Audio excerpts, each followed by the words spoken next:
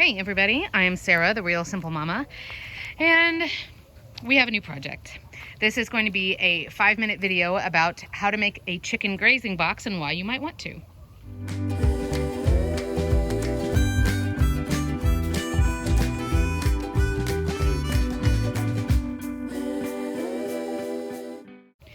So, this is not the finished product. First of all, if you're like, wait a minute, is that it? But I wanted to explain what a grazing box is before we have it completely built, and I wanted to show you the seeds that we are going to put in while I still have the packets. So, what is a chicken grazing box? The grazing box is a protected area, a protected flower bed, basically, where you can have plants growing, you can have greenery. It could even be something maybe that's like an herb that you can use in your kitchen as well. But the difference in a grazing box as opposed to just regular flower beds is that on the grazing box, on top of the frame, so right along where my finger is, we're going to staple hardware cloth. Now, hardware cloth is the very, very narrow wire that will not allow a nosy chicken beak to get in there.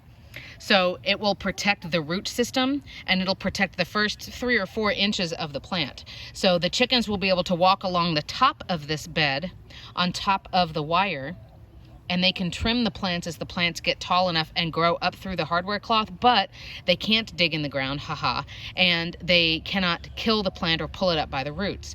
And what's cool is you can, once you have it set up, it's really, really easy. If you want to do a different crop or you want to till the dirt, all you have to do is lift up the entire grazing box panel, till it again, drop some more seeds in. But otherwise, of course, since the plants are only covered up with wire, they can still get sunlight and they can still get water, but the chickens can't touch the root system.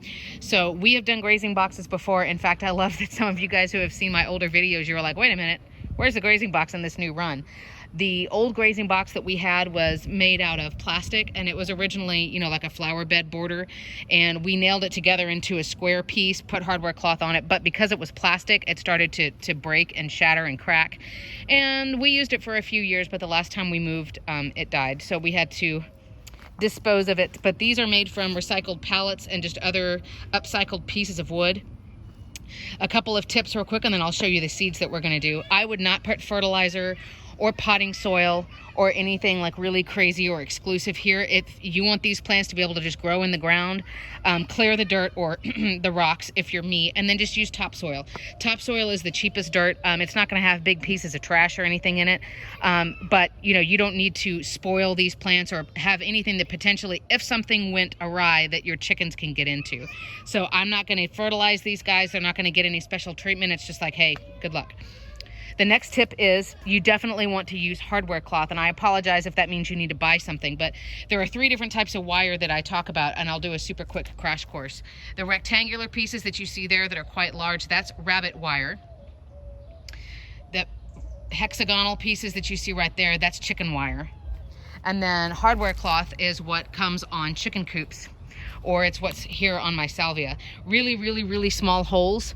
So as you see, you'd have to get a very slender leaved plant, like a grassy type leaf, so that it can grow up through and the chickens can reach it. But you can see, I mean, a chicken beak is barely going to be able to get through that at all, much less their whole entire head.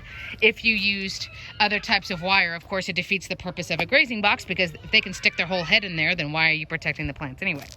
So we're going to get the rocks out of here. We're going to level this. In the past, like I said, our old plastic grazing box, it had gigantic garden nails that we would stake down into the ground. I don't feel like this guy's going to move, so we're not going to bother doing that.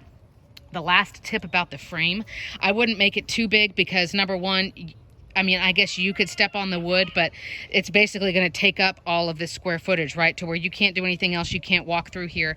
So we have a couple that have been built for us that we may end up putting in different parts of the run if we feel like we want to or need to.